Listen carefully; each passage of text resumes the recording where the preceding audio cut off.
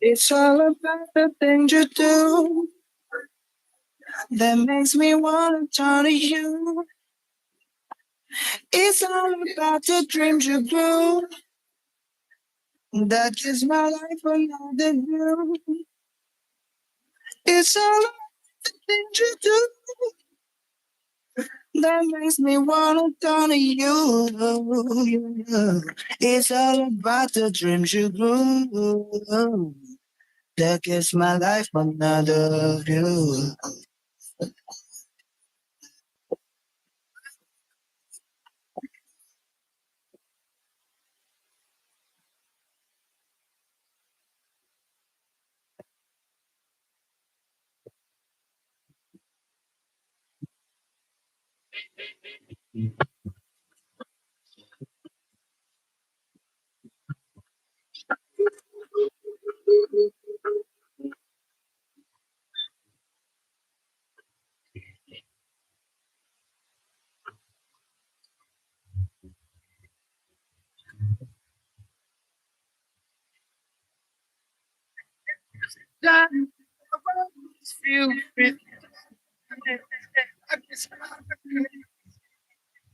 It's dreaming out the front, feel it on the soul. Something, something.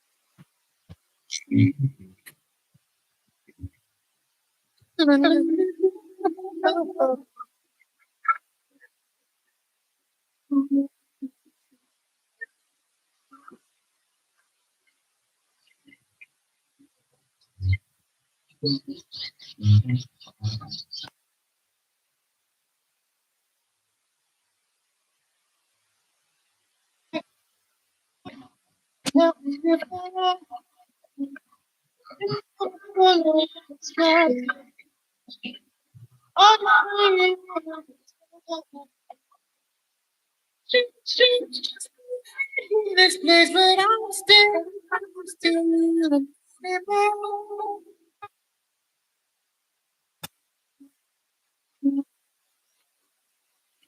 And I never.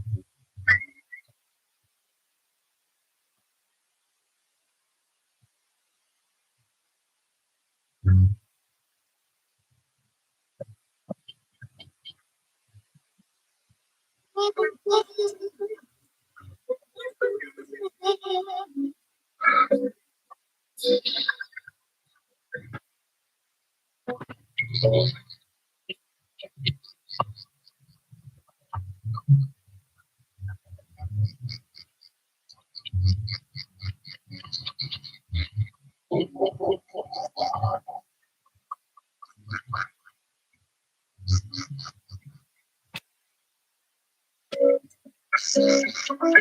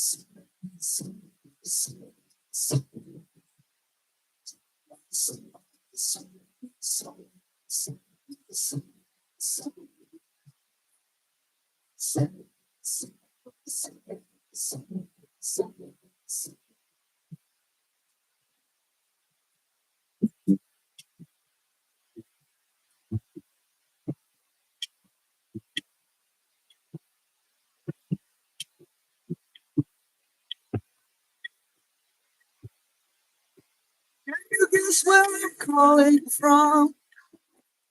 Las Vegas Hilton. I know it's hard to hear. It's just the echo. Ah, yes, that's right. Calling from Las Vegas Hilton. Just want to say that I'm feeling fine. I'll be home on a Monday, somewhere around noon.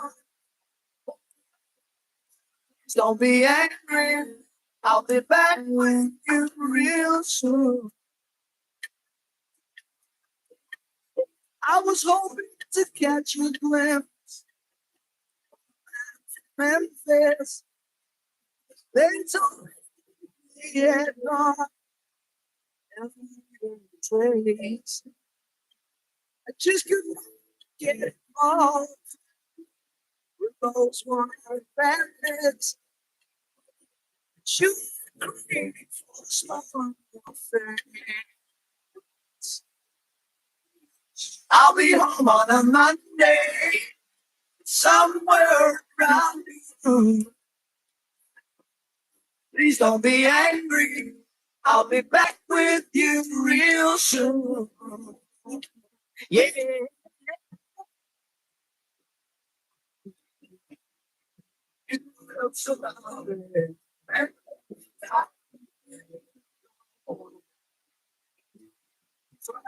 smiles, it's such a gets a glimpse with Hollywood. Give it to me, Hollywood. In my room.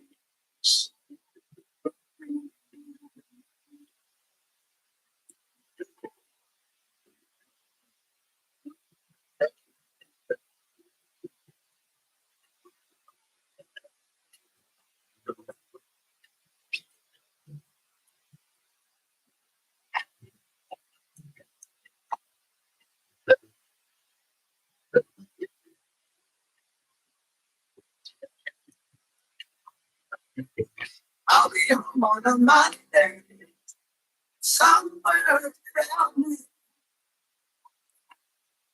Please don't be angry. I'll be back with you real soon. Oh, I'll be home on a Monday, somewhere around noon. Please don't be angry. I'll be back with you real soon. Can you guess where I'm coming from?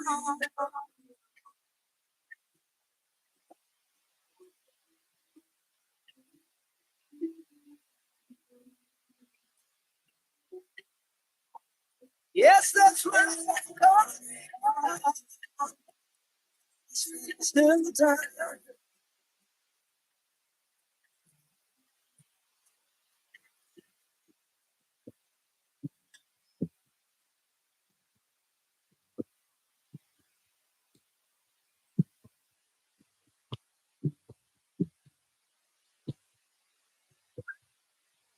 It's in the air.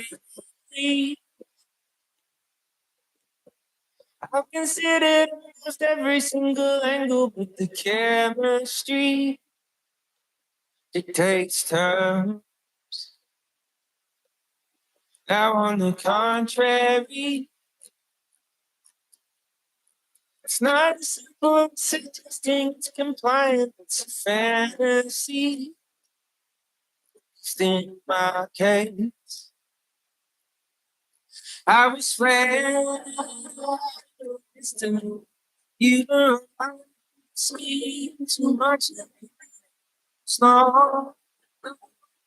I mean, it's my head, it's my head. I'm more than ever. No, listen, listen, and I gave it to you piece by piece in the first place. I guess I must concede. I always think somewhere the words I needed weren't even on the page. Staying for take it. I was so close to everything. Slow, driving off my head, off my head.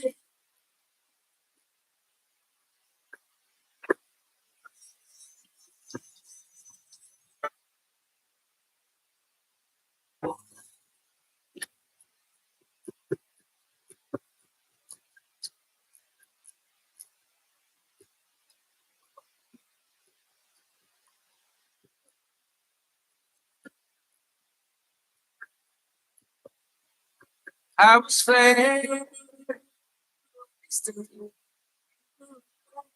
see too much, slow, driving off my head,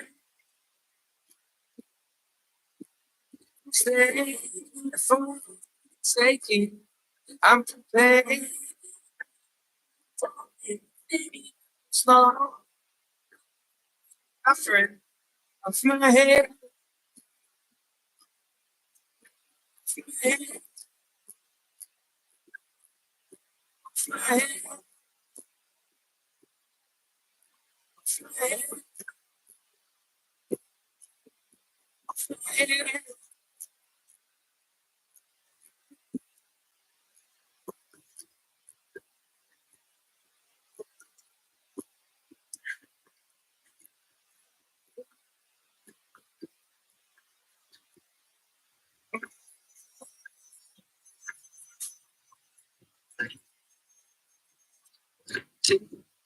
come from? Give me out of gloom. Tell me where to come from. First when I think of you, I'm just so now change. It's you, it's me. Tell me where you come from.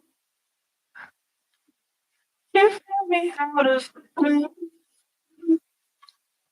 Tell me where you come from. First when I think of you, I can't come back. I don't feel it's you, it's me, it's you, it's me, it's you, it's me. Tell me where you come from. Give me out of gloom. Tell me where you come from. First when I think of you. Tell me where you come from. Give me out of gloom. Tell me where you come from. Think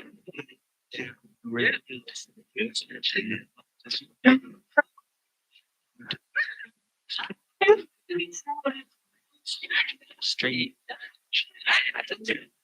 Come on, reach. Paradise crashed. Think to the seabed. It's you.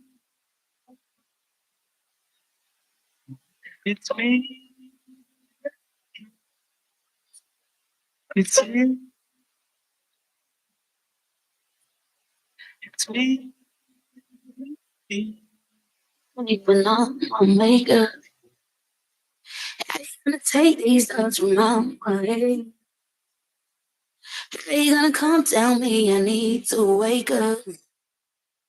How you gonna learn to live with my regrets? My heart won't start on empty since day one. Too broken to hold it.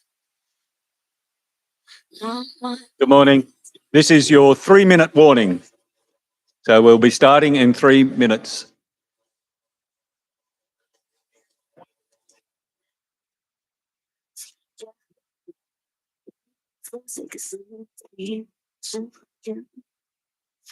So let's go. Tired of fighting it. This is me just giving. I can't do half the things you want. Still pay my dues I could afford. What time will come when I have moved on? My mind's still there, but Who brought out the beach ball?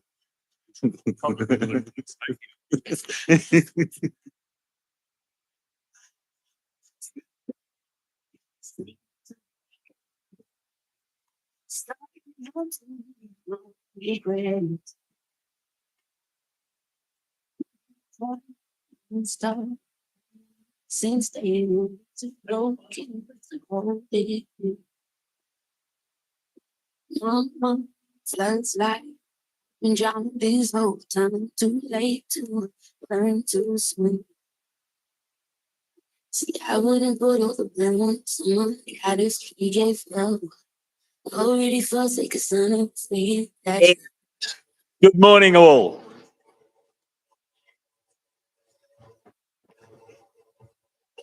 And welcome to the last sessions of a fabulous convention. Now we're going to do something different right at the start, right now. Can I ask for the lights to be turned up in the stadium? Oh, sorry, in the auditorium. I thought I was an athlete again. And what I will ask, we're going to get a photo, but what we'd like you all to do is, if you could, stand up and wave at the stage. Now, stand up and start waving at the stage, and we're going to get a photo of everyone here. Come on, show that you're enjoying yourself. Wave, smile.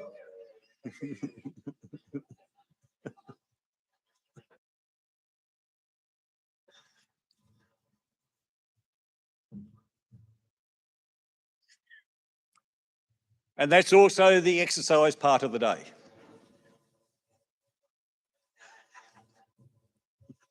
Okay, as per usual, I have a few community announcements.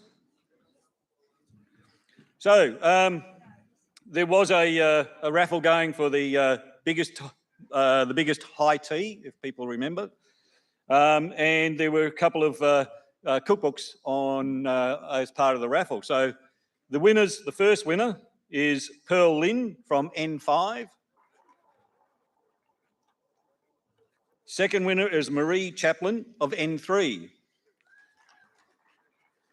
Now, to claim those prizes, you have to ring this number, 0417398611.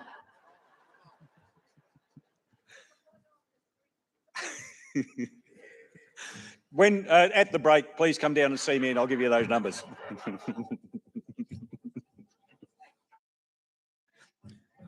Well, this is a good way to start the day, eh?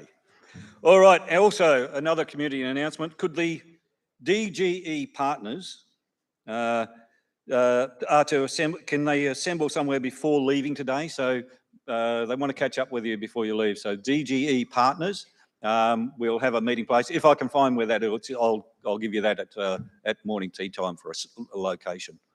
Best one would be probably down in this corner in the break. So, things at my feet. These were left in the exhibition area. This one is diabetes. So if you're missing one, come down and see us. And this one here is for Jenny Maguire. So these two are here. If you're missing them, please come down and take them away, because I don't want to take them back to Perth.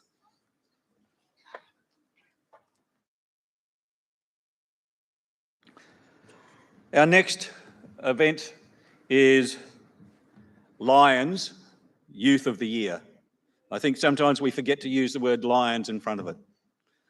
And now could I please ask past district number Ken Bradford to present the Lions Youth of the Year.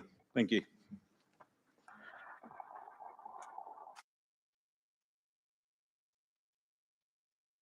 Council Chairperson Steve, distinguished Lions, friends, conventioneers one and all.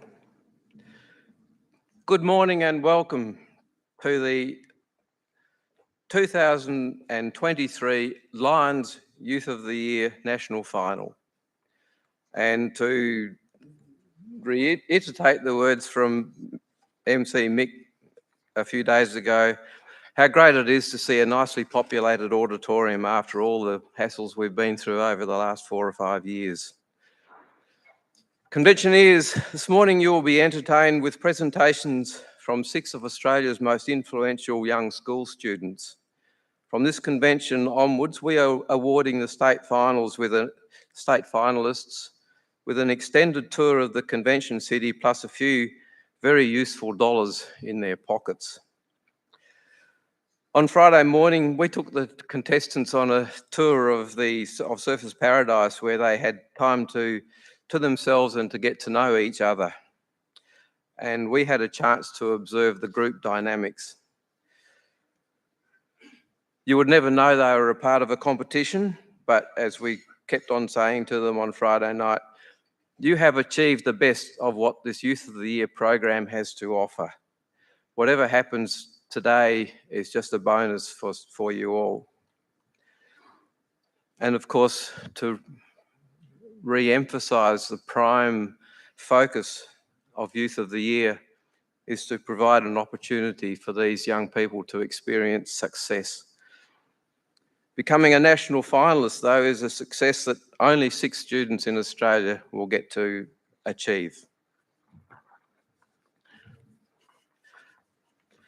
The interviews were conducted yesterday where 70% of the scores were allocated. So now I'd like to introduce our 6 state winners in the order of speaking.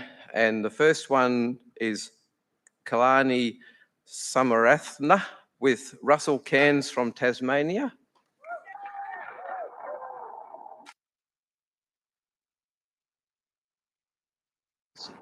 Just head across to the stage and stand beside. Yeah. Second,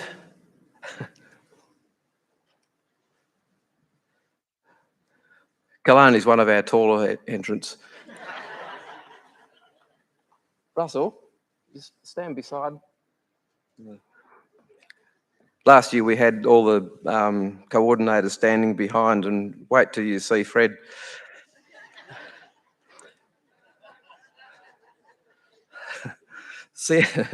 Sienna Gladstone with Christy Box from Victoria.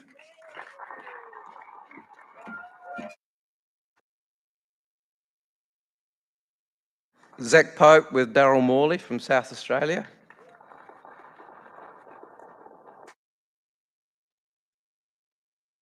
Jonah Hannah Carey with Margaret Ann from Western Australia.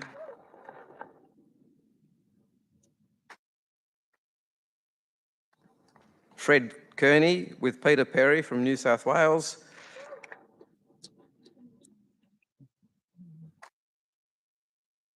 And Lindsay White with Rob Craig from Queensland.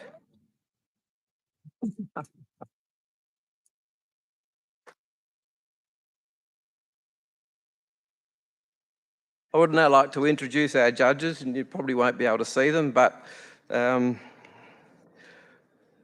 we could not run this program without help from some of our finest community leaders who give freely of their time to come and judge and mentor our young contestants. So may I introduce the judges for 2023. Joseph Tam. Joseph, I think, is our chairman of the judging panel, and you'll get to hear from him a little while later. Joseph is a chartered professional engineer and currently working as a principal supply engineer with Seqwater. Joseph has a particular interest in public speaking and was a founding president of Icon Toastmasters. Joseph loves community work and is currently president of his local community association. In no particular order, but next, Monica Bradley. Monica is an investment and company director with sustainability, technology, and impact investment experience. In her executive career, Monica has held senior executive roles in New York, Sydney, Dubai, and global trade logistics, sovereign wealth funds, and the public sector. She's also a respected advocate for founders, innovation, women, and impact-led ventures nationally. Number 3, Gabriel Ho. Gabriel is a director with mergers and acquisitions team at KPMH. He's also a CFA charter holder with a Bachelor of Commerce in Information Technology at the University of Queensland. Gabriel acts as a lead financial advisor for clients in the sale of businesses, capital raisings and acquisition of businesses. He advises founder-led and family businesses, strategic investors and financial investors. Now, I'm reverting to handwritten notes here. Baden Uren. Baden is an entrepreneurship educator and innovation professional, a multiple company founder, and has a background in investment banking and private equity. And Max Zhang. Max.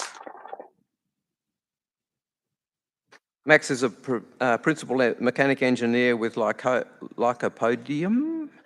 Max has more than 20 years of working experience in the mining industry, and his passion is to mentor young engineers. Finally, Huda.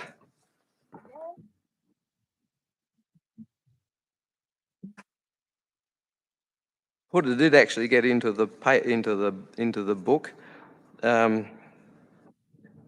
So welcome back, Huda. Huda was last year's winner of the at the national final in Melbourne, and we invite the last year's winners to be a reserve judge on this panel. Now, even though her scores won't count, she's had a great input into the preparation of the questions and advising both the panel and the entrants on how to deal with the situation that they've got. I was in there for a little while getting set up, and she was very, very confident and competent in speaking and helping the judges formulate this program. And it's a great thing that we can do for our winners. It just gives them another level of experience in this program. So welcome, Huda.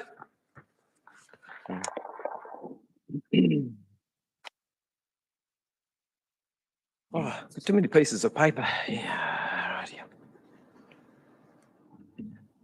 So to introduce our timekeepers, state coordinators Russell Cairns and Peter Perry.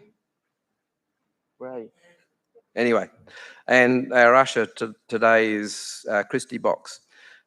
Now, our first speaker will respond to the impromptu questions. That's Kalani. So just before you all go off, the other five will go off to the green room back behind the stage there until their time for the impromptu questions. The state coordinators and I have spent a couple of wonderful days with this group, watching them relate to each other and witnessing how comfortable they have become in each other's company. At the Blazer presentation dinner on Friday, I asked each of them to give me a quick brief of their aspirations for the future as an introduction to speaking at an auditorium of this size. And I think that's worth sharing those with you this morning. There are two questions for the impromptus for the contestants, and they are all familiar with the following procedure. I'll just go through quickly. I'll read the question once, place a written copy on the lectern. I'll repeat the question, and the time will begin at the end of me asking for the second time. There is no requirement to speak for the full time, but penalties do apply if the contestant goes over the time. So apart from Kalani, would you all go to your places? So follow Margaret out to the green room.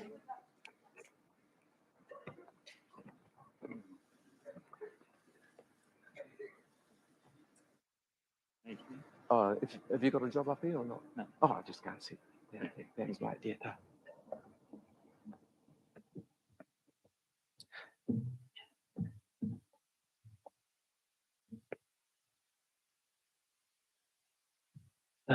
Okay. Kalani, would you just give a quick introduction to yourself and just tell us a little bit about what your aspirations for the future holds for you? Thanks. That down there. Oh, you want that one? Yeah. I think we're probably. Is the radio mic on? No. Yes, it is.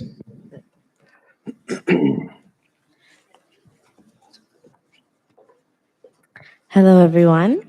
I'm Kulani Somalatna. I'm in Year 11 at Scotch Oakburn College. And there are three things that I love the most about the world in my life: research, music, and people. I love research because ever since I was little, I have had an enormous admiration for learning from new experiences and opportunities. I love research because it gives me the opportunity to learn from things that have not yet been discovered, either in my life or in the wider world.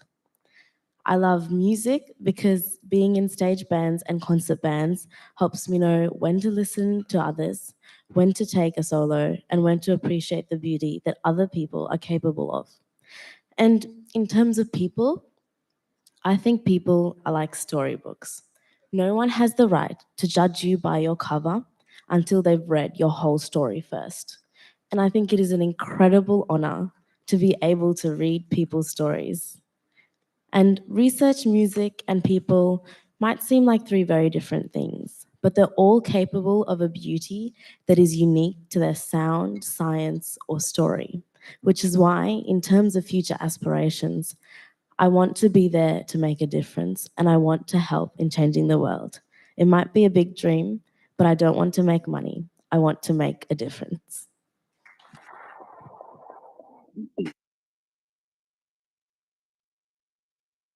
Would you like to use that? Oh, actually, probably best if I use that for this time. So, then.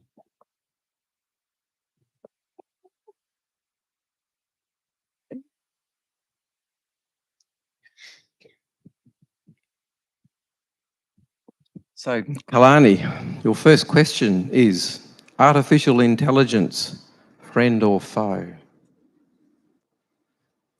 I'll read it again. Artificial intelligence, friend or foe?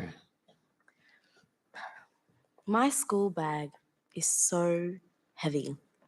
I walk to school 600 meters every day, and it is filled with textbooks that I lug around. Many of you might be thinking, what does this have to do with artificial intelligence? Allow me to explain. Artificial intelligence has changed our world in a multitude of ways. First and foremost, throughout the pandemic, technology not only assisted us to connect, but artificial intelligence is what helped guide us throughout our classes. I distinctly remember when we were in our online classes and teachers would be giving us lectures, those of us who were struggling to take down notes, we'd be relying heavily on the artificial intelligence captions underneath.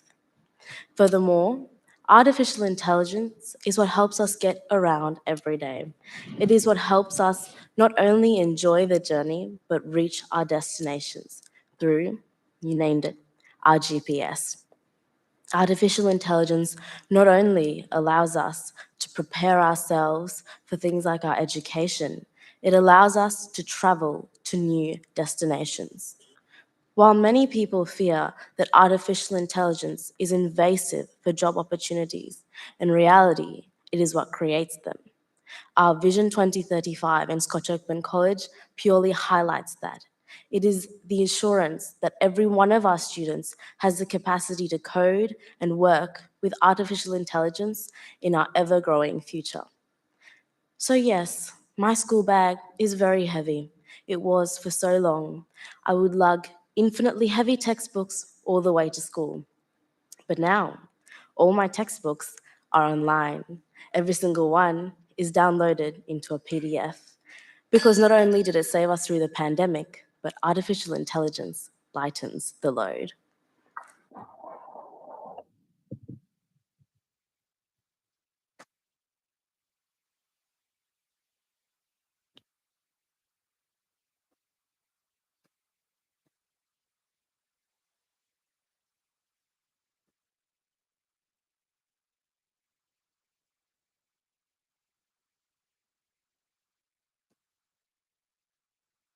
Your second question, Kalani.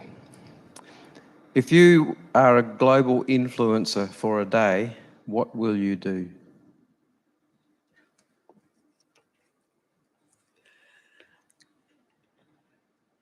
If you are a global influencer for a day, what will you do?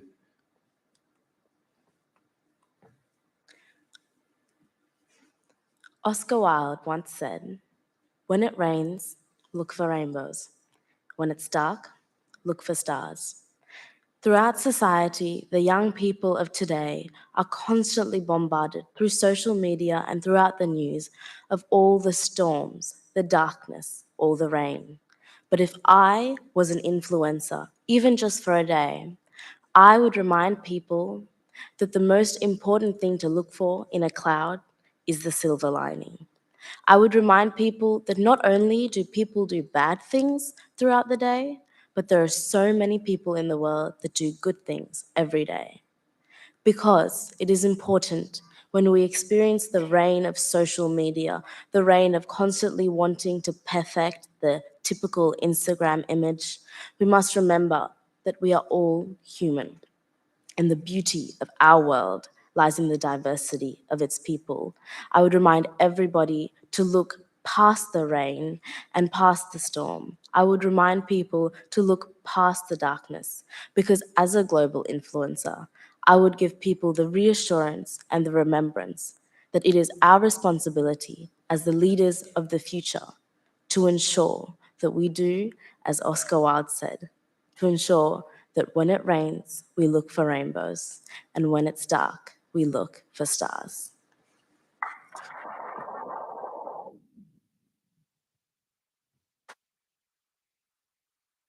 Would you like to sit at the first chair this end?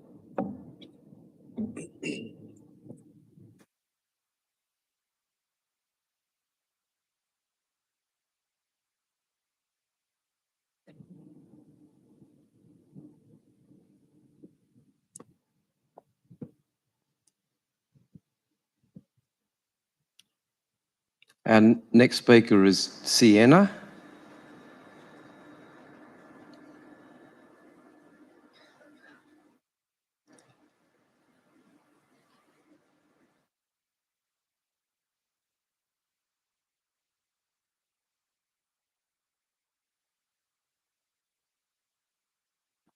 Good morning. Good morning.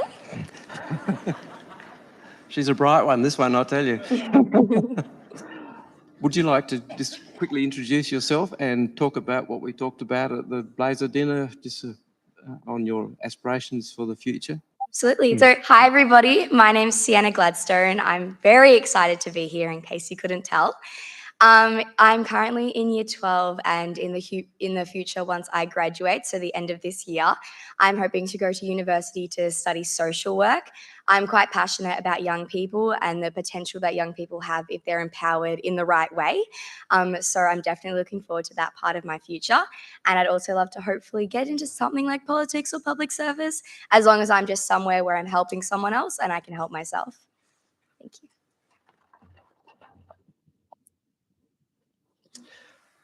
Sienna, your first question. Artificial intelligence, friend or foe?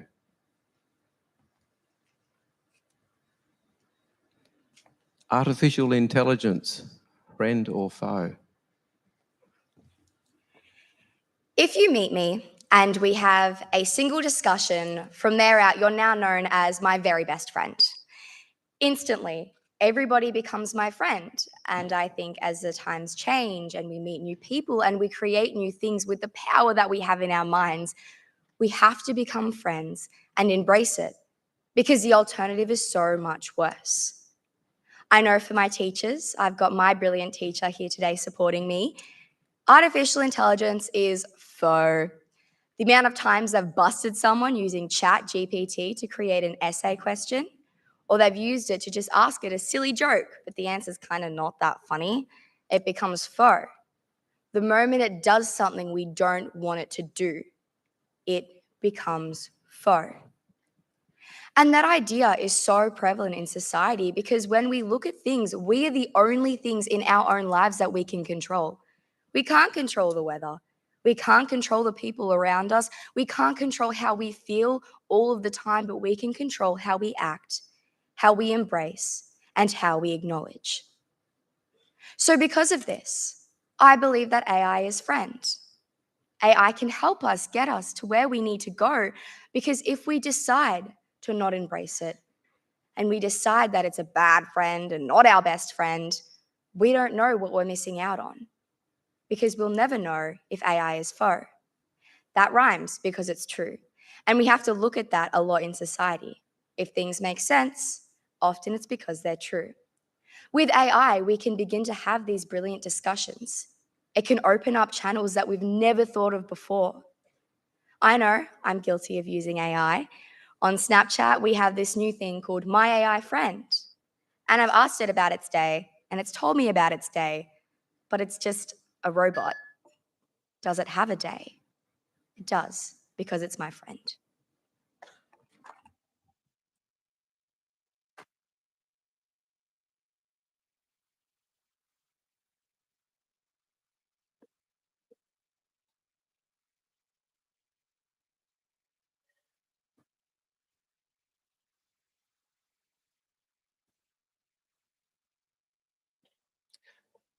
Sienna, your second question. If you are a global influencer for a day, what will you do?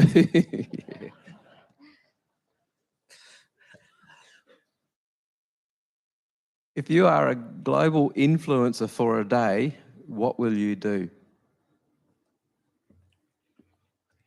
You're lame, you're stupid, shut up.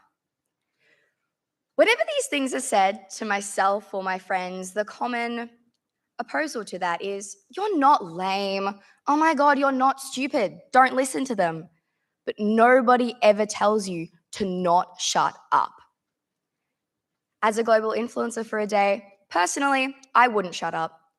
And I would tell the youth across the world, and I would tell every person who has a voice to use it and to never shut up. Everybody has such influential parts of themselves they don't even know, because they so often listen to what they're told to do and what they're told not to do. They live by the confinements of their own mind because they believe that that's them, but it's not them. So many people are trapped in a shell of themselves because they never figure out who they really are. As a global influencer, I would speak a lot. And I would encourage other people to speak. And maybe that's the time where I can finally begin to be quiet because other people are starting to talk. You know, you can spend your whole life screaming into the void. And at the end of the day, if nothing comes from it, you're still screaming. And you still tried. And that's the message we all need to run with. Even if you try, that's the best thing that you can do. Your own best is the best thing that you can do. So as a global influencer, I would continue to speak, but I would invite others to share their stories, share experiences that I've never had, that I've never heard of, and to be my friend. Because in this world, we have to be friends with every person because everybody offers each other a unique opportunity. As a global influencer, I'll smile and I'll never shut up.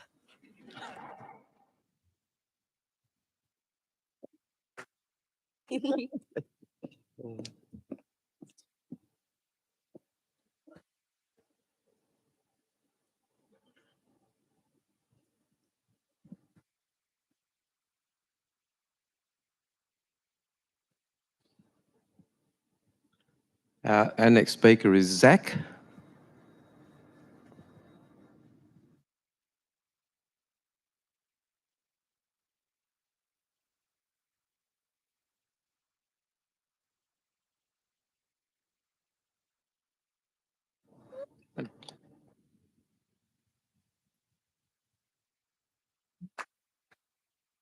Welcome, Zach. Would you like to introduce yourself and talk a little bit about your aspirations for the future? G'day everybody, I'm Zach Pope, I'm from Naracoorte, South Australia. I'm currently the school captain of my school and work around the community a little bit, just try to make everything, as good as I can make it. My aspirations, I would like to do a gap year next year. This is so that I can do a bit of work experience, perhaps even a bit of travel, and make enough money so that I can go to university, which would be pretty handy. Afterwards, I would like to go to Flinders University and do an do a course in environment and conservation. because I'm really interested in conserving the environment that we have, and I'd like to see it thrive rather than fall apart as it kind of currently is. From university, I'm not quite sure what my next steps are, but I think that when I get to that point, I'll have figured it out and I'll be able to get where I need to go.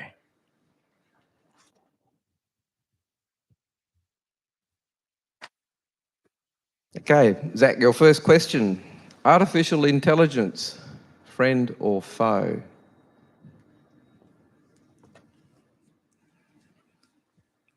Artificial intelligence, friend or foe? We've all seen it in the news. We've seen AI slowly evolve, well, quickly evolve over the past couple of years. We've watched as it makes blurry, strange images into beautiful masterpieces that are even better than artists themselves. This causes a lot of fear and a lot of strife, especially in the communities that are being affected by this evolution. Artists, for example, are afraid that their jobs are going to be gone. Writers are afraid of the same thing. I know an author who's too scared to write another book in fear that he's going to be replaced by AI before he can finish it. But does that make it a foe? AI has plenty of negative connotations, but we seem to ignore the positive connotations that AI can bring. I'd like to draw you back to a different time where mathematician was a job until the calculator was invented. The calculator was revolutionary. It allowed anybody to do maths whenever they needed to. You didn't have to sit there and nut out a problem. You didn't have to look at a sheet. You could just do it automatically. I see AI as an evolution equivalent to the calculator, but in a bit of a different form. Rather than nutting out numbers, we're nutting out full paragraphs. We're writing sentences faster and faster. I see this as a greatly positive thing, because if we're able to get rid of the mundanity of trying to write out sentence after sentence, we can focus on the important things like the facts rather than trying to reach a word count. AI is also able to give you plenty of great information. It's able to collate the web rather than you having to do it yourself. I find that when I'm using AI, I'm able to get to the root of a problem. I'm able to answer a question much faster. AI is a friend.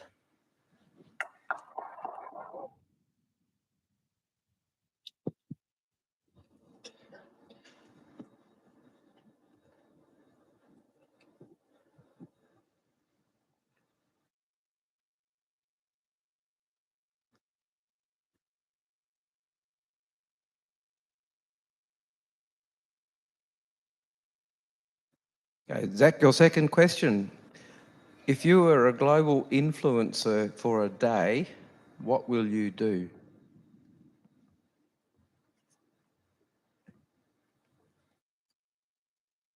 If you are a global influencer for a day, what will you do?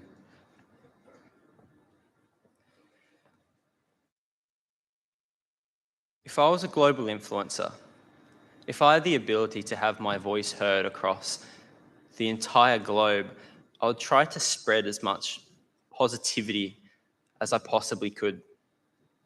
I would try to get my opinions out to every single person who was able to listen, so that perhaps they might listen to what I have to say and change the opinions that they have. I'm passionate about the environment. I've already kind of made that clear. I want to go to Flinders and research how I can save trees. It's something that I would love to do. But I find that a lot of people tend to overlook the importance and the dire situation that our environment is in. If I was an influencer, I would shed light on this issue because it's incredibly important. We are supported by the environment that is around us. We might not see it, we might not really realize that the forests and the seas support our very being. Of course, it's a little bit self-explanatory. We need the land for farming. We need the oceans for fish. But do we really look at it and treat it with the respect that we need to keep ourselves and our civilization alive? Because I don't think we do. Deforestation is rampant. You see it everywhere. You can walk through fields and paddocks that is just grass, but you don't really think about it. You don't really look and visualize just how quickly it's happening, especially here in Australia. Australia is on par with Brazil in deforestation levels. Isn't that not a frightening thought? If I was an influencer, I would make these issues known.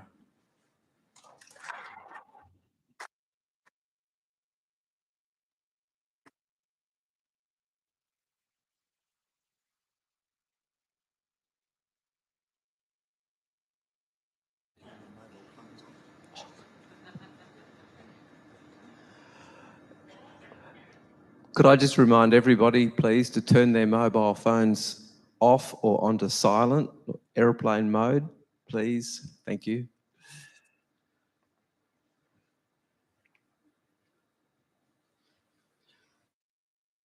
Our next speaker is Jonah.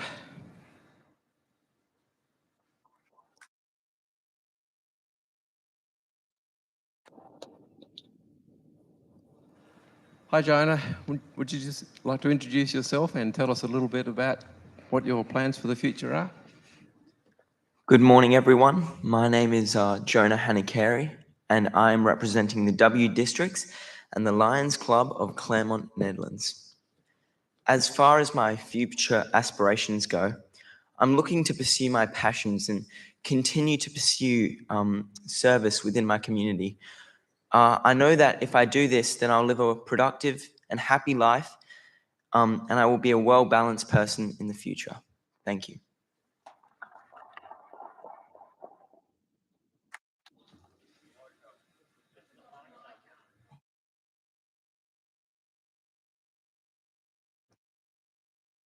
We should have started with Fred at the top. Jonah, your first question, artificial intelligence, friend or foe?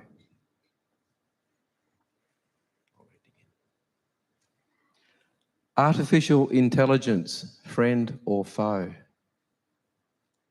Artificial intelligence, friend or foe? Well, with the recent release of ChatGPT, our world seems to have changed so much. And for me, especially the literature course. But I think there are two distinct sides to this question. Is artificial intelligence a friend or a foe? So how is it a friend? Well, artificial intelligence is much more efficient in many ways than humans simply can be. It can run 24/7, 365 days a year. This means that some of the mistakes that humans make are averted. Also, artificial intelligence will increase productivity, and it can be used as a friend. It can be used to enhance humanity. This leads me on to my next point. Why is artificial intelligence a friend? Well, artificial intelligence will strip humanity of some of the menial tasks that take up so much of our precious time. With humans being more efficient, we'll have more time to focus on distinctly human things, sport, culture. It will allow us to draw our attention to the things in life which matter most, such as trying to solve larger issues within our world. Some of the negatives of artificial intelligence are that there are some inherent biases, but as artificial intelligence improves, it will mean that our world is more productive and a better place. Thank you.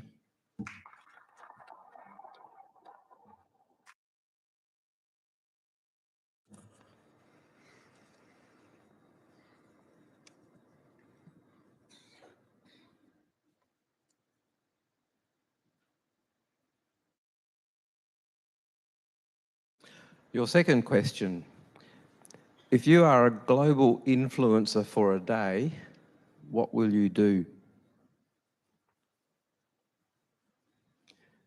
If you are a global influencer for a day, what will you do? If I was a global influencer for a day, what would I do?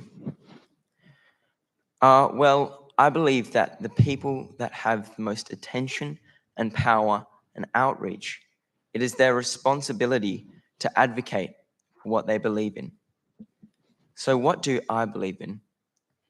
Well, I believe that we should be aiming to solve issues within our society.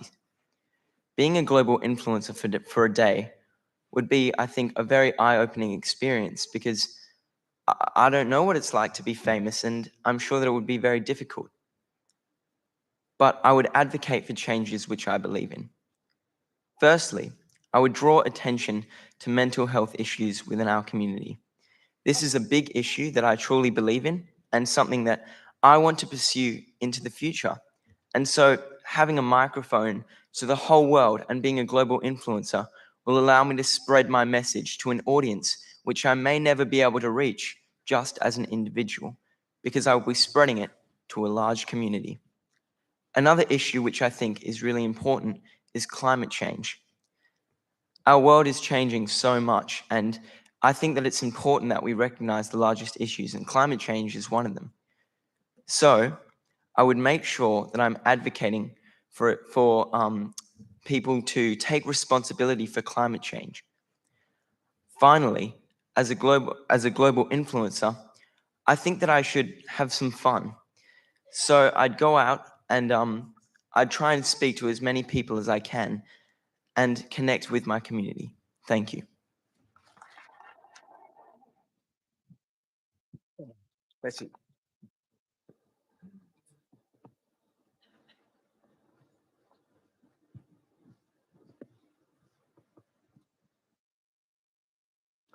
Our next speaker will be Fred.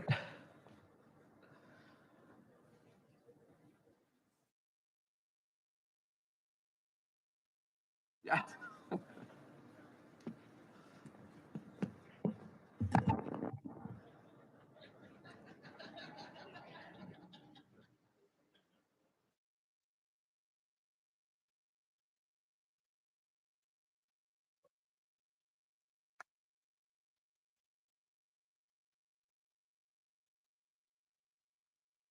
Good morning, Fred. Morning. Would you like to introduce yourself and just tell us a little bit about what your aspirations are? Good morning, everyone. My name is Fred Kearney. I'm 17 and from rural New South Wales. Today I'm here representing the N1 Lions District. I am 17 and in my final year of schooling, year 12. I have a passion, and my favourite subjects at school are economics and legal studies. And I feel like this is something that I would love to pursue in my later life at university and in employment field. I have a passion for sport, and specifically rugby and rowing. And through sport, I've learned the power of community and unity, and how sport can bring people together of all aspects of life. And I love the relationships that are formed during sport and meeting people that you may have not approached or encountered in your everyday life. Thank you.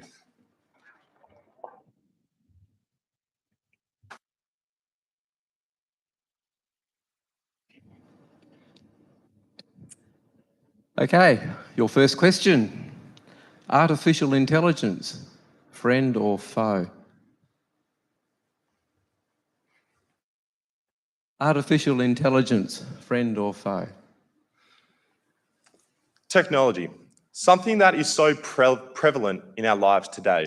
And as a young person speaking to this crowd today, I feel like I have an obligation to stand here and tell you the negative effects, and tell you how we are encompassed in our lives by technology and phones and computers, and how it is ruling our world. However, I feel like this is often what we are obliged to say. We are expected to say these things to the generations of our world. However, I feel like in a society where we are quick to look at the negatives, where we are quick to look at the impacts that are happening on us and the younger generation specifically. However, I would like to propose to you today the way technology and artificial intelligence can bring us together as communities. I would like to take you back a few years to this little thing that went around called the coronavirus. And I would like to remind you of the ways of how artificial intelligence and programs such as Zoom and messages and technology helped us communicate with each other. I spoke about the power of community and uniting. Without artificial intelligence and technology, how would have this occurred? How would have we remained in touch with loved ones? I'd like to pose that question to you. In a society where we are constantly to look at the negatives and quick to judge, however, we must remind ourselves that everything is okay. However, caution must be taken. Artificial intelligence is scary. And as a young person growing into the world, there are sides of it which I am impacted by negatively. However, I feel if enough care is taken with such topics, I feel like we can become one and use it to the advantages and help it communicate and form relationships with each other. Thank you.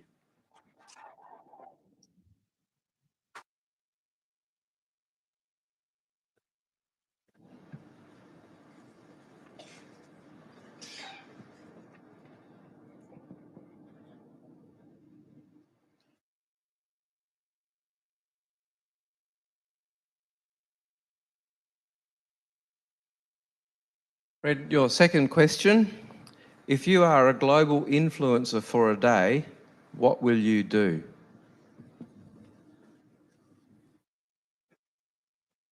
If you are a global influencer for a day, what will you do? Many years ago, I believe if you told someone your job was that you lived in the Gold Coast, went to the beach every day, had some cool tattoos, and regularly posted on your social media, they may have laughed at you and not taken you seriously. However, it was funny on the trip here to the Gold Coast from New South Wales. I told my mother that, well, Mum, if all else fails, I may come to the Gold Coast, get really tan, get shredded, and become an influencer. Now, she laughed at this idea, but then I had a serious thought about it. Would I like to be an influencer? And I thought about the way that this will allow myself to communicate with others, to tell people my story, and to share my passion for inspiring and leading and sport. Coming from a rural area, I believe the power of communication and relationships is so thoroughly important. I have an older brother who I am similar to in no other way. I found out I was dissimilar to him when I found out that he had a passion for riding bulls and mustering. And I thought, well, I'm pretty sure I can get a belt buckle on eBay for $8 that does not cost me my front teeth. However, it is this power of communicating and forming relationships with people that have dissimilar interests that I find so inspiring. Becoming an influencer would allow me to share my story with others and hear other people's stories that I may not have encountered with my everyday life. The power of influencing others and inspiring others to drive them to make change, to have confidence in themselves, to speak out and stand up for what they believe is right. Influencing does not have to be forcing your views on other people. It can simply be sharing your story in exchange for someone else's story. And I feel like that is something that is so characterized in such a negative way in our society today through the use of technology. So I believe that if I became a global influencer, I would like to share stories and hear stories, not force stories upon other people, and form relationships with people that I may not have encountered. Thank you.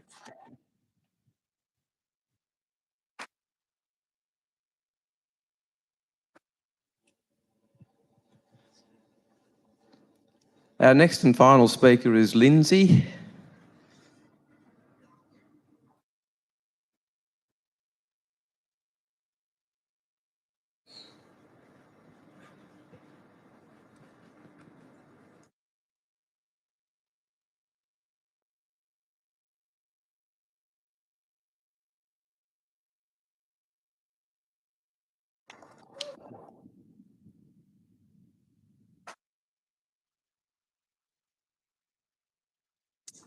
Hello, Lindsay. Would you like to... Oh, hang on a minute.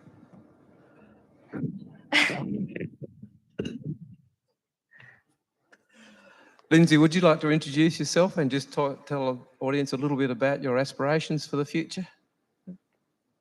Hi, so my name is Lindsay White and I'm from Coomera Anglican College here on the coast.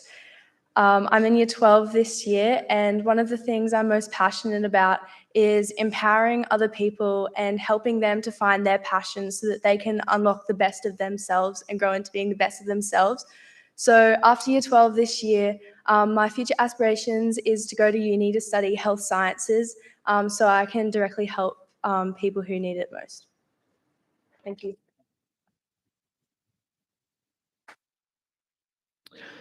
Lindsay, your first question. Artificial intelligence. friend or foe?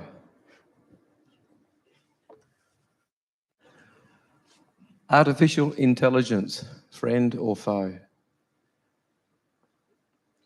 Artificial intelligence, it's a type of technology that has been developed so much within the last few years, and there's so much opportunity that lies in this field that's completely unimaginable within the last 20 or so years. But obviously, it is a very complicated issue as well, because we need to know where to draw the line between when is artificial a benefit and when does it become more of a negative.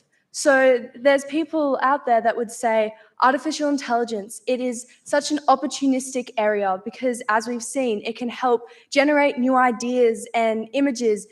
We can input ideas and it'll output something else as well to help.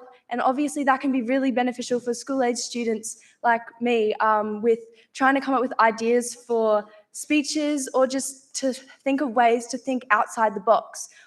It can also help with the establishment of better technological resources, especially in medicine, as that's a field I want to go into. And having seen how over time it's becoming something that is being invested into more, and there's so many more opportunities as well for new jobs that are developing. But also, it can become quite a disadvantage because, as we've seen, robot ethics is something as well that is being forefronted about something that needs to be considered. And when do robots, are they going to take over the world? We've all seen the sci-fi movies. And personally, I don't want to be living in that world, and I'm sure you don't either. I think it's important that we find the balance between artificial intelligence and where we can leverage it to help connect people around the world and generate new ideas, but also make sure that it doesn't take away from our ability to have human connection and take away from ability for empathy. Thank you.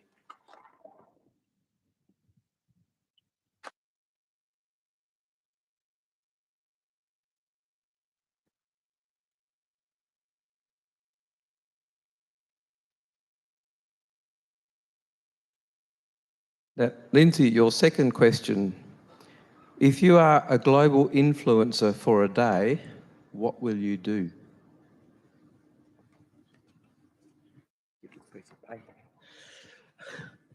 If you are a global influencer for a day, what will you do? I can't imagine what it would be like to be a global influencer for a day. There is so much opportunity there. It's a chance for you to have your voice heard, to forefront the ideas and social issues that you are most passionate about. It can open people's minds and allow them to see something that they previously may not have even considered. Personally, if I was to be a global influencer for a day, I don't know where I would start. A day, it's not a very long time.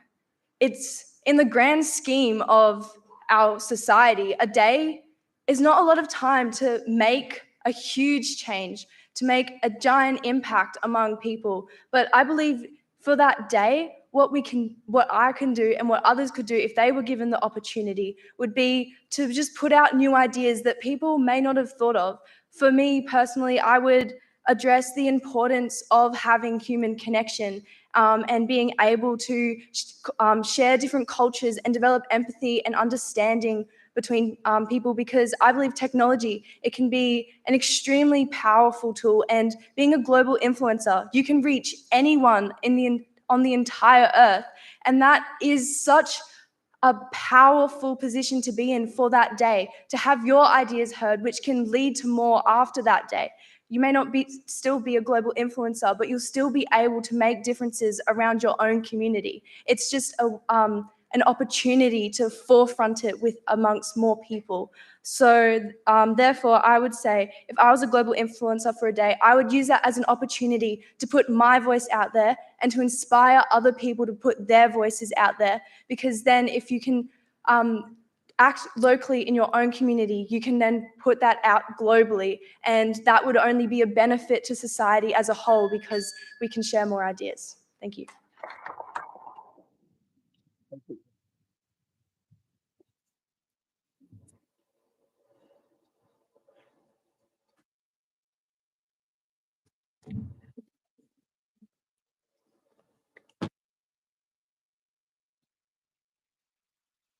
Now I know where that noise comes from.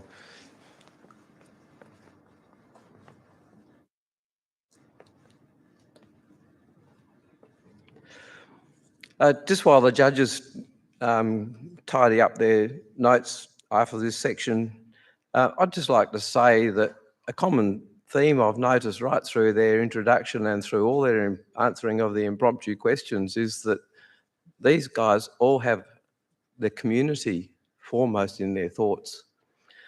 And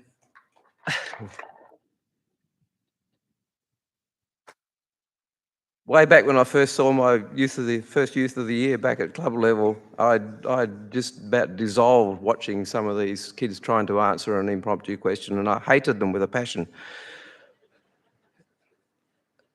You would be forgiven to think that these guys have studied these for a month. Their responses are just so brilliant. They're so encompassing. They're so complete. And they're so competent in what they say. So congratulations, guys. And congratulations to the judges too, because they were very good questions, I felt.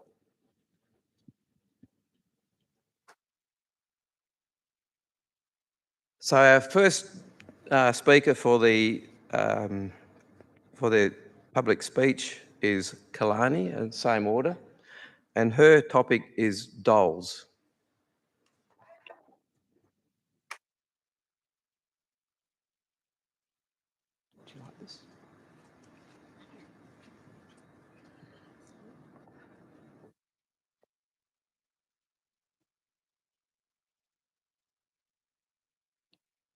When I was little, I used to love dolls. Where I come from, in Sri Lanka, there was only one type of doll, the stereotypical golden blonde-haired, blue-eyed Barbie dolls that were every little girl's dream. I distinctly remember staring curiously at my mother's computer screen.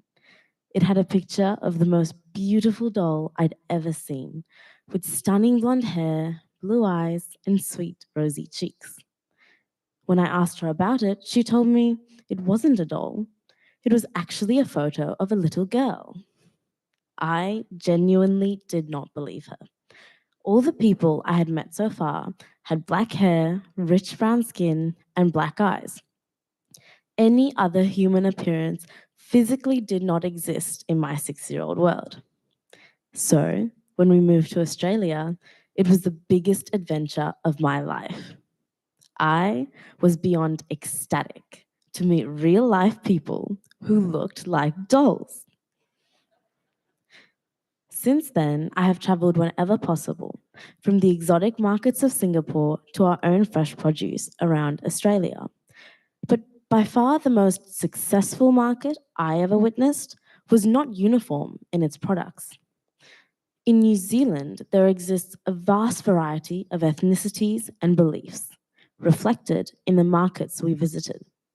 Stalls and stores from around the world gather together, each with different skills and services to offer, therefore catering for all.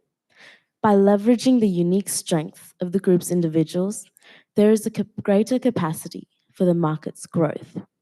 There, humanity thrives under diversity. Social psychologist Susan Fiske states that individuals prefer homogeneity as they're attracted to others perceived as similar to themselves. Yet, diversity brings with it an opportunity for personal growth. Enhanced cultural sensitivity helps us recognize and respect different ways of life that are not necessarily our own. In a world of 272 million immigrants, our country, communities, and schools become increasingly diverse. Australia alone has over 7.6 million migrants. We must dispel negative stereotypes and biases for the benefit of our community. Audre Lorde recognized that it is not our differences that divide us. It is our inability to recognize, accept, and celebrate those differences. Diversity allows individuals to foster a deeper understanding of one another's cultures, minimizing stereotypes. As Kofi Annan, former Secretary General of the United Nations, stated, We may have different religions, different languages, different colored skin, but we all belong to one human race. Imagine a world where you and I listen to each other. As John Lennon dreamed, imagine all the people living life in peace. What if, regardless of our differences, before we colloquialize or discriminate, we question ourselves? Is it fair? Is it true? Challenge your stereotypes. They only limit your growth. We underestimate the influence wielded by respect and inclusivity. As Mother Teresa once said, I alone cannot change the world, but I can cast a stone across the waters to create many ripples. As a young girl, I was beyond ecstatic to meet real life people who looked like dolls. But my family and I discovered the best thing about Australia. In Sri Lanka, there was one type of doll with blonde hair and blue eyes. But in Australia, I go to the shops and I see rows and rows of dolls with blonde, brown, orange, and black hair and blue, brown, black, and green eyes. Everyone varies, beautiful in its differences.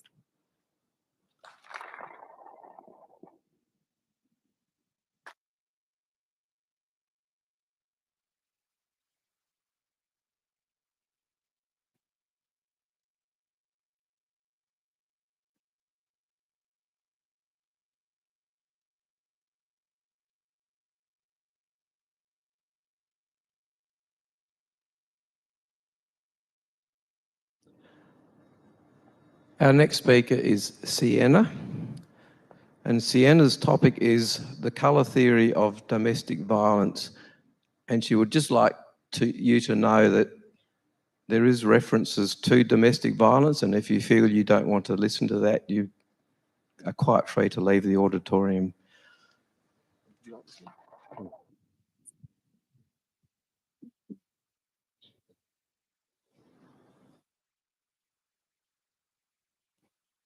The first thing I remember learning were all the colours of the rainbow.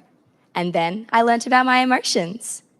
Now, such a complex topic can be so hard to understand for such a little person so new to life.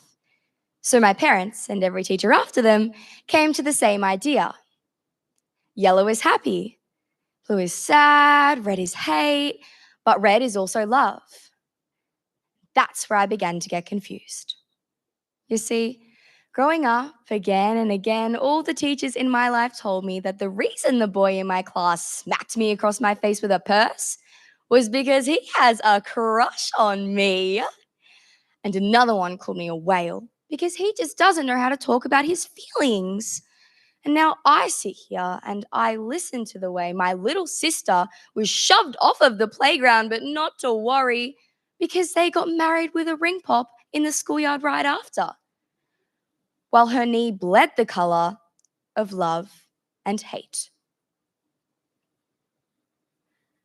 Moving on from one example of male attitudes to females, I'd like to tell you that when Mission Australia explains that 1 in 6 women are victims of domestic violence, I'm honestly not surprised. And then it hurts even more that that statistic is for women under the age of 15. When in Australia, every 9 days, a woman is murdered by a man in her life, someone she trusts, a brother, a father, a partner. I tell my friends I love them when in Australia, the ABC reports that 84% of women experience some form of sexual harassment before the age of 17. Before she's a legal adult, I tell my sister she is brave. She can do anything, that she should never be afraid. Even when I always am. Purple is the colour of fear. That's another one we learnt in kinder.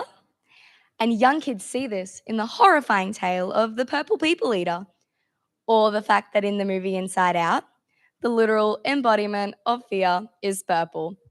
But do you want to know what else is purple? The bruises. Scattered across the bodies of the 10 women a day who were hospitalized because of domestic violence. Our Watch, Australia's leading organisation in the prevention of violence against women and their children, only includes statistics that are detailed as home violence situations. So it's dire that we also recognise all of the women who are just a tad clumsy or maybe fell down the stairs in a stairless home. Young men need to be taught to respect women because they mimic all the behaviours they see growing up. By the age of 3, all children are already experiencing 1 million neuron connections in their brains per minute. They're listening, they're watching, and they're beginning to understand as soon as they hit 7. Children begin recognizing these emotions, which is right around the age that 73% of kids learnt this exact color metaphor, according to color psychologist Leatrice Eisman. If we can teach young people that experiencing their emotions is simply okay without having to relate it to a whole other thing, we can begin to learn the difference between love and hate, especially on the receiving end. And although family and domestic violence are gender-based crimes, it's crucial that we acknowledge the 1 in 19 men and boys who are also victims of violence. According to the National Bureau of Economic Research, children who experience violence are 2 times more likely to engage in criminal activity, 9 times more likely to get addicted to drugs, and 15 times more likely to rely on alcohol instead of a loved one. All it comes down to is teaching the young people in our lives to not even be the greatest person, but to simply just be a person. So right now, I want all of us in this room to think of one young girl in our lives. I'll be thinking of my little sister, Sapphire, but you can think of anyone who just makes you smile, and we could continue to look at this dire situation with rose-colored glasses and ignore the fact that mixing red with white makes pink, not white. Or together, we can empower these young people to stand up for themselves. And we can hold the people making them uncomfortable accountable, and then we can begin to educate everybody. Not the victims, the perpetrators, the bystanders, the people.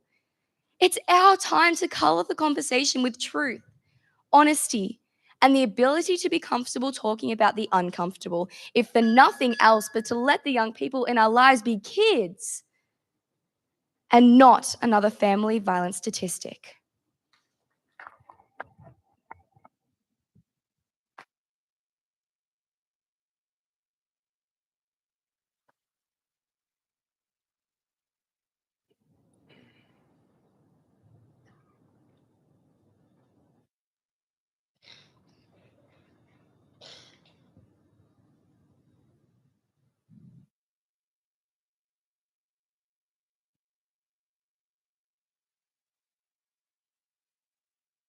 And now, next speaker, Zach.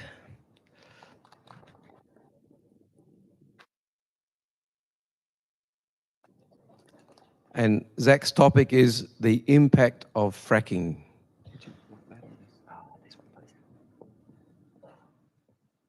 Imagine if the water you drank was poisonous.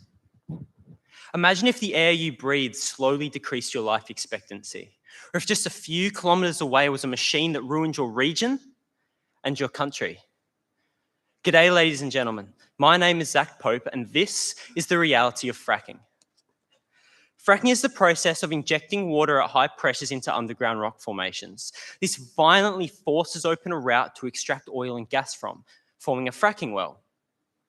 This creates a range of issues, including a contribution to climate change, spread of toxic chemicals, and contamination of water, causing wonder as to why this process is still present within Australia in the first place.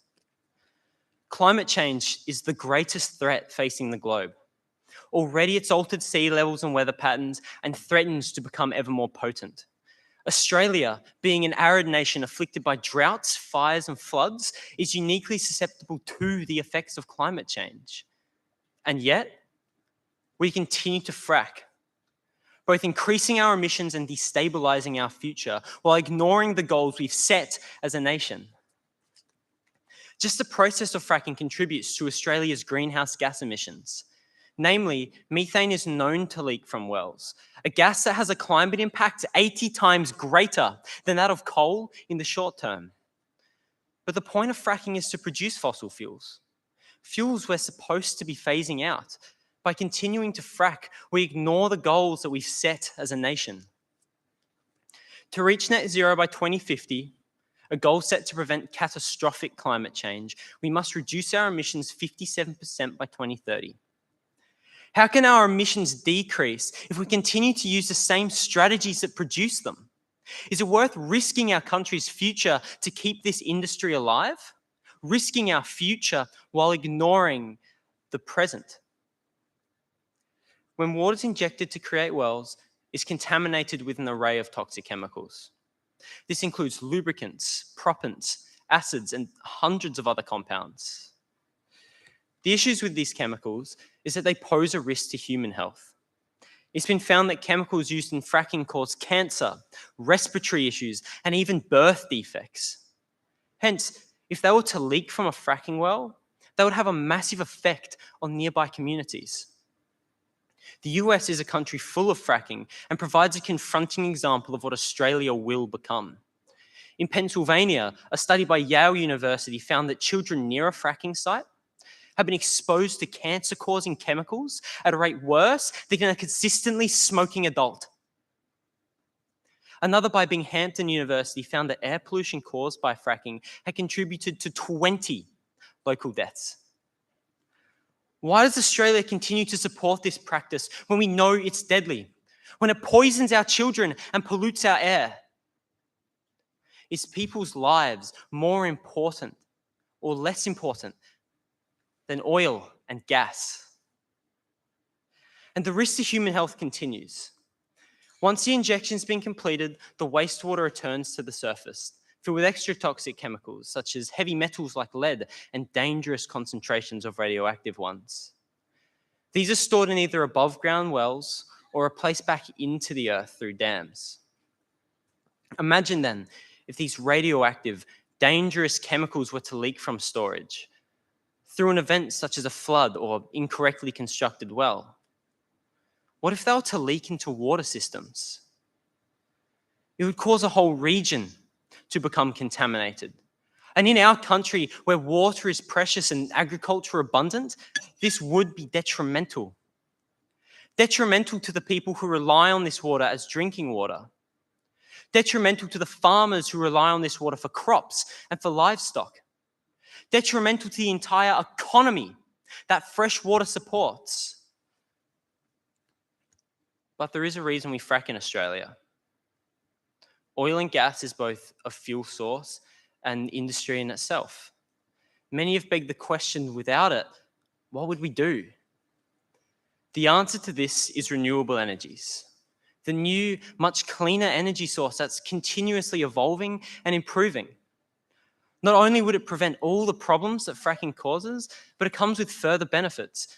Renewables provide cheaper energy, jobs equal to, if not greater than, fossil fuels, and are completely future-proof. Renewable energies won't need to be phased out, unlike the dirty, slowly dying processes like fracking. Australia is in a position where it can become a renewable country and reap the benefits richly, or one that continues to frack, ruining any future it held. Australia has a choice, whether it supports a toxic industry or protects our climate, our people, and our future.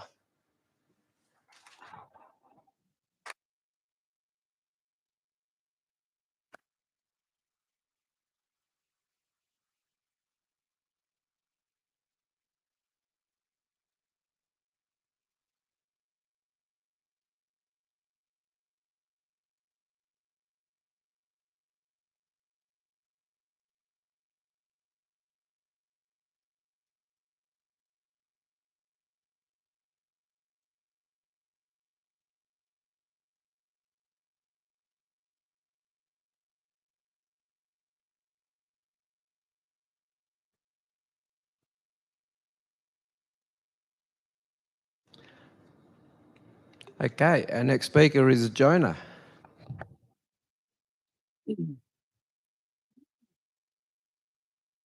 And Jonah's topic is why Shakespeare is the GOAT.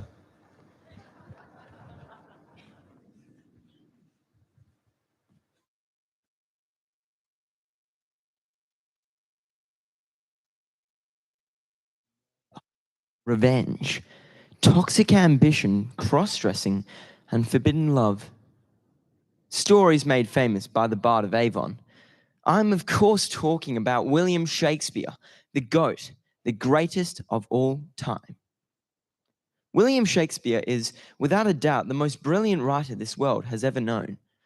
His iconic plays tell every kind of story, from comedy to tragedy to romance, and are an illumination of the human experience. But some view Shakespeare as old-fashioned and outdated. Well, I disagree. I believe that he was daring and forward-thinking, a gifted visionary who continues to challenge our beliefs, our prejudices, and our assumptions, even today. But let's back it up for a minute. Why would I, as a young man of 16 years, be so interested in the works of an Elizabethan man who lived over 400 years ago? And more importantly, why would I call him the GOAT? Well, as a lover of literature and an avid thespian, I have recently been cast in the Shakespearean play A Midsummer Night's Dream. After reading the play and studying The Merchant of Venice last year, I simply wanted to learn more about Shakespeare, and what I have discovered is remarkable. Firstly, I have learned that Shakespeare was a feminist. Despite the intensely patriarchal nature of Elizabethan England, Shakespeare portrayed his emancipated female characters such as Lady Macbeth, Juliet, Portia, and Nerissa as assertive and outspoken. He imbued them with courage, cunning, and intelligence, showing them to often outwit their male counterparts. He sometimes even dressed these women up as men, and in doing so blurred the lines between gender and equality.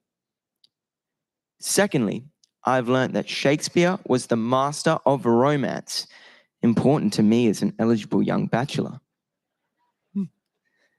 He remains the world's most romantic poet and dramatist. I mean, Romeo and Juliet is without a doubt the greatest love story of all time.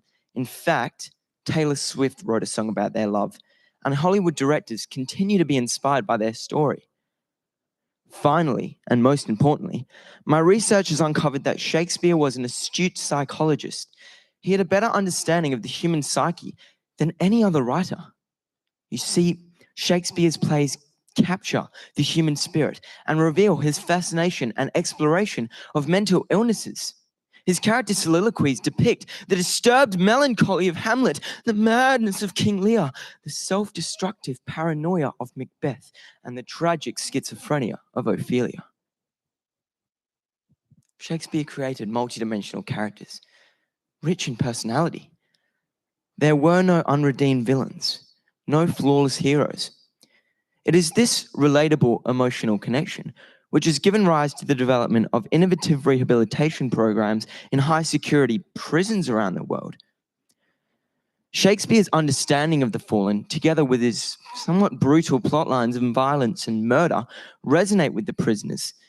Initiatives such as the Shakespearean Prison Project and Shakespeare's Behind Bars utilize role play to channel these intense emotions, and this type of theatre therapy is proving to be a transformative tool for this marginalized group. Do you know, interestingly, whilst imprisoned, Nelson Mandela spent many years studying a smuggled copy of the complete works of Shakespeare. The Robben Island Bible, as it became known, was a source of great strength for Mandela and his fellow inmates during their darkest days. 400 years after his death, Shakespeare still receives unprecedented global attention. I mean, we quote Shakespeare without even knowing it.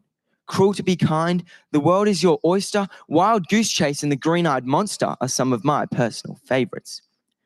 Shakespeare is also often quoted in The Simpsons, and an episode of Doctor Who sees the Doctor travel back in time to meet Shakespeare. Now imagine if Shakespeare could travel to the future and see that his plays still live on, that they are taught in schools and performed on stages all around the world. I wonder what Shakespeare would think of the advertisers who have adopted his iconic phrases and characters to sell everything from beer to Coca-Cola to iPhones. It is clear that Shakespeare and his characters have an emotional reality that transcends time and culture. And in the words of novelist Ben Jonson, Shakespeare's work is not of an age, but for all time. And that is why I believe Shakespeare is the GOAT, the greatest of all time.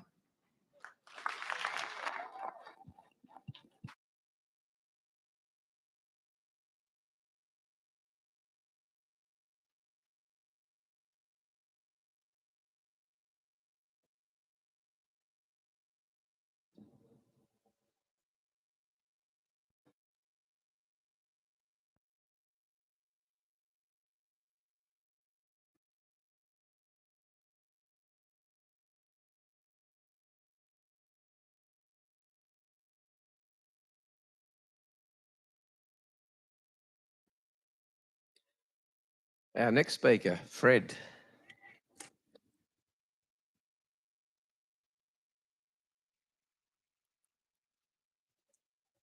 And Fred's topic is tough times create tough people.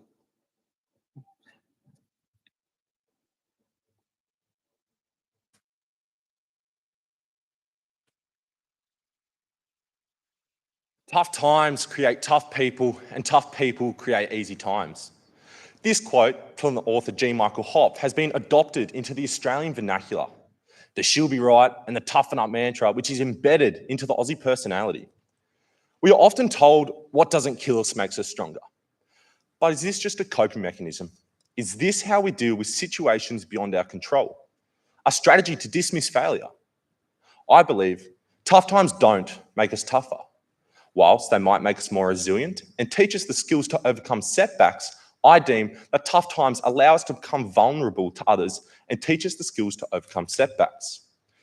Growing up in rural New South Wales, the characters you meet are often hardened generational farmers who have spent their whole lives running a family business, and they certainly fit the description of being tough. With few breaks from tiring, back-breaking work, the uncertainty of what next will bring, it is to no surprise that this demographic of people are some of the toughest individuals around. From 2016 to 2020, Australia experienced the worst drought in recorded history.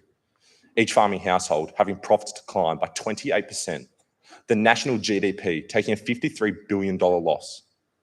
However, the financial hardship was only half of the battle.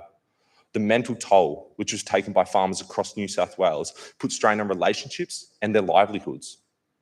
The University of Sydney conducted a study within New South Wales during 2018, which looked into the impact that the drought was taking on mental health.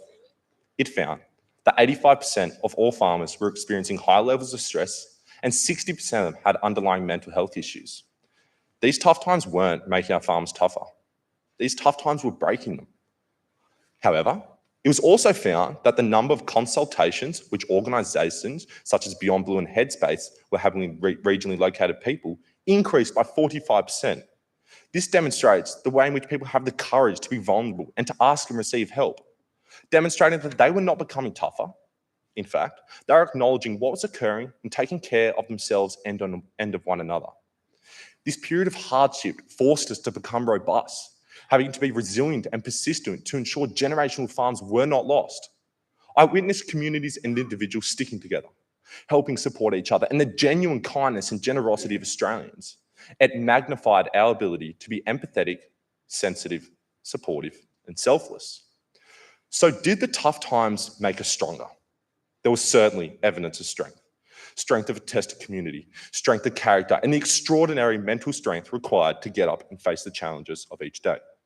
From the care packages filled with household goods and food, donations of hay bales for livestock, and the emotional support given from people living in urban areas, there was an outpouring of kindness from people we did not know and had never spoken to. Not because we asked, but because they wanted to. This kindness gave our community strength. This demonstration of strength and kindness can also be said for the response to the 2019 bushfires, which were experienced in New South Wales, South Australia, and Tasmania, and the devastating flood events that took place across Western Australia, Central Queensland, and New South Wales last year. But what about the small challenges that makes us question life's ups and downs? I love sport, and this throws its fair share of tough times my way. If I was to pinpoint my toughest battle yet, it would have to be the fact that I'm a West Tigers supporter.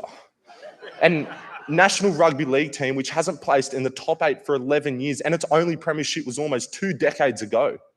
Being a West Tigers supporter is tough. Being ridiculed by friends and teachers, laughed at for the entire rugby league season. I live in constant hope, followed by great disappointment. Despite their tough times of controversial decisions, not having a victorious season, losses, injuries, and dramas within the club, there's been no evidence of the Tigers appearing defeated. In fact, they are unreasonably, consistently optimistic and committed, as am I being a supporter. Witnessing this unfold year after year, I have not wavered in my support of them. I continue to look forward to what next season has to hold because they continue to assure me that next year will be their year and their strength is their belief. Whatever the circumstance, it is important to understand that the tough times won't last, but the life lessons will. The way we react will have a lasting effect on ourselves and on others. Don't be afraid to ask for help, question things, admit that you feel a little bit broken. Give yourself time to be reflective. Remember what you learned and how you moved past it. Because the only toughness you need is strength to prepare for the next battle and the strength to make a difference. Thank you.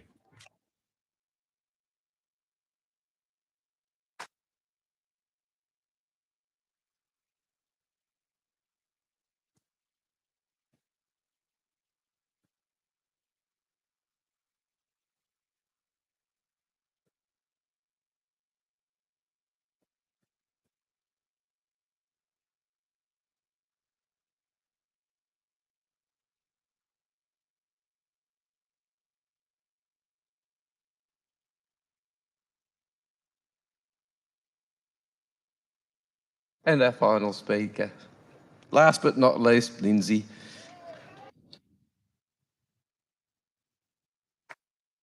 And Lindsay's topic is time. Thank you.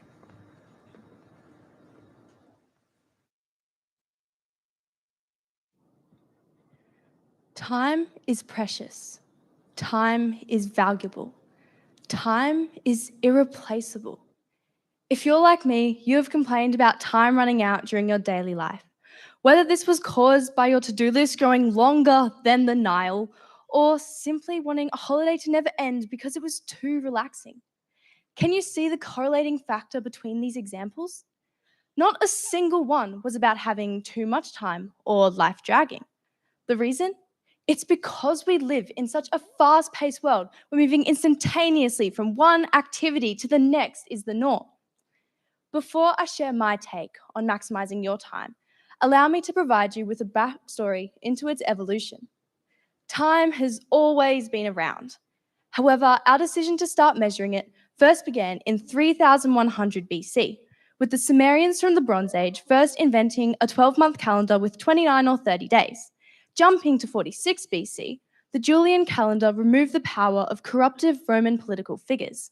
And finally, the calendar still used today, first invented in 1582, the Gregorian calendar, an adaptation of the Julian calendar to reflect Catholic ideas. I've always been astounded how over the course of centuries, we could simply change time schedules through calendars. How did we once squeeze 18 months into our current 12-month schedule? Yet, I believe the most important lesson from our history of time is that each nation, each empire, and each influential figure designed a calendar that best suited them, best suited their values and religious beliefs, being shaped around what they wanted to get out of their time. What does this mean?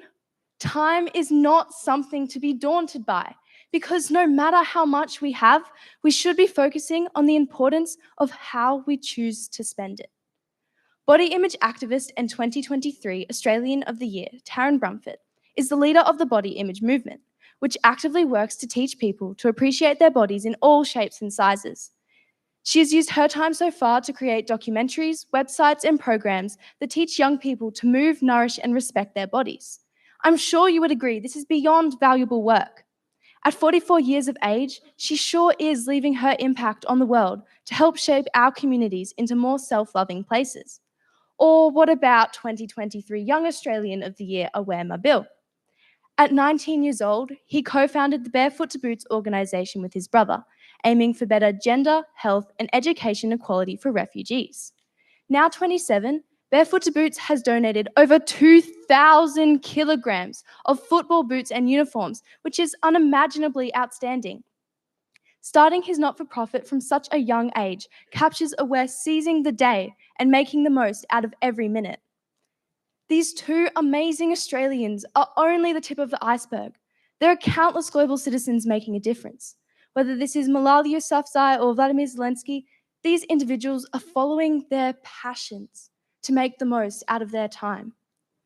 However, as amazing as all these people are, it can become daunting for the rest of us. It is easy to feel insignificant or that your contribution to society will amount to almost nothing. But this is not how I see what seems like your hopeless future. Whilst we may not all dramatically change the world, solve global warming, or discover the cancer cure, which we all have the potential to do, I believe if we spend our time making small, seemingly insignificant differences, then this will amount to something greater with long-lasting impacts. Let me explain using what is known as making lollipop moments. During his TED Talk, Drew Dudley speaks about lollipop moments. This is when someone at a specific point in time fundamentally made your life better. He speaks about letting a person who positively shaped your life know, because ultimately, sharing our happiness and gratitude with others around us is essential. We need to live more like this, taking the time to appreciate all the positive actions happening around us, but also each of us being this change I'm speaking about. Each of us choosing to spend our time doing as much good as possible. Because if we spend our time improving the lives of others, then I guarantee we'll be proud of who we are and what we have achieved, even if we are never recognized. Time is precious. Time is valuable. Time is irreplaceable. Time waits for no one. So let's all take advantage of every opportunity and make our time truly ours. Thank you.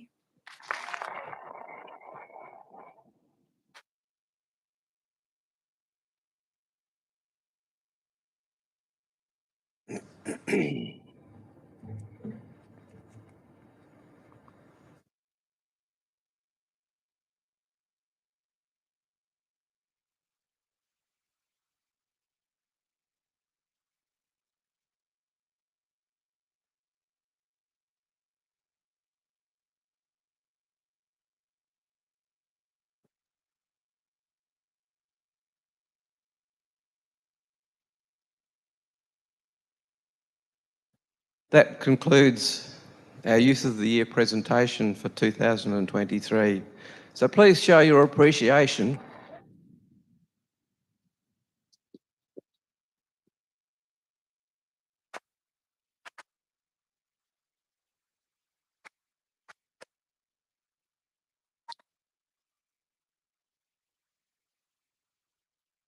I've said this before, no doubt I'll say it again. I think these are some of the most inspirational speakers that we get to see at one of these conventions.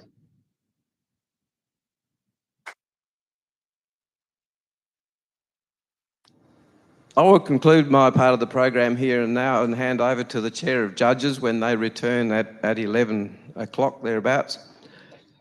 To our judges, thank you so much for your time, effort and support. It is not an easy role, and I'm very glad I don't have to be a judge. These entrants are always extremely active, quality students with aspirations to be awesome young people and leaders in their chosen fields. To the contestants,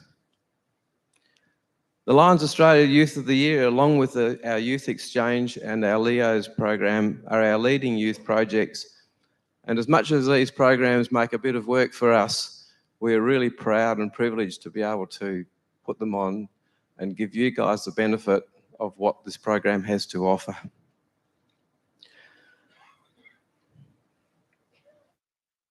I'm also very much aware of how much work you have to do to prepare for an event like this. It's a job for us, but it's something that we really enjoy doing, and we really appreciate meeting you guys and hearing what you have to say. You're an awesome bunch. Thank you.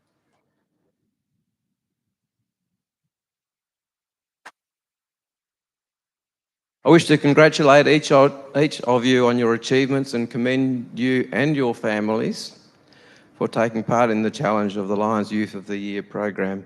I know this experience will be a benefit to you and help you in all your future quests, whether it be a job interview, leading your team members, or simply wanting to stand up and express your opinions. We hope you've enjoyed the challenge and have gained many positives from it. To you, the audience, thank you once again for being here today and supporting our program. Give yourself a clap. Now, the judges will retire now and come back with a decision on who will be our public speaker and the national winner for 2023. I think there's a break. I'll hand back to Mick. And judges,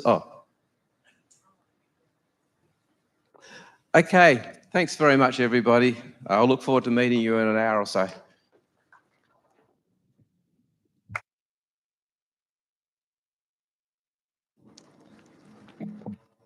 What can I say? Wow. And it's always hard for me to come up after this and try and compete with such brilliant speakers. So thank you very much. Oh, and also, Fred, as a Dockers supporter, I know where you're coming from. Okay, we now have a short break until 10:35, so please back here, ready to go, 10:35. We have a Lions disaster relief session, and then we'll announce the winner of the Lions Youth of the Year. So please, enjoy your break, back here, 10:35.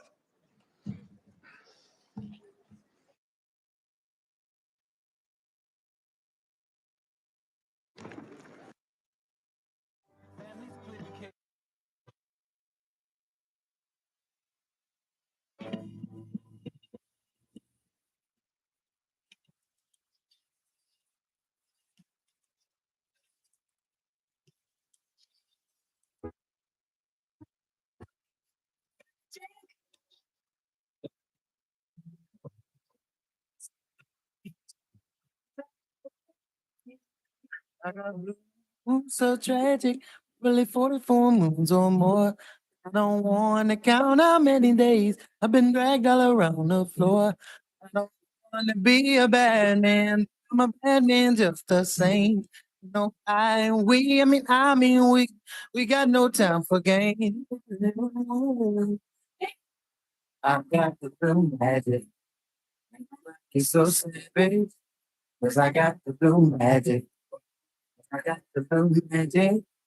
I got the blue magic.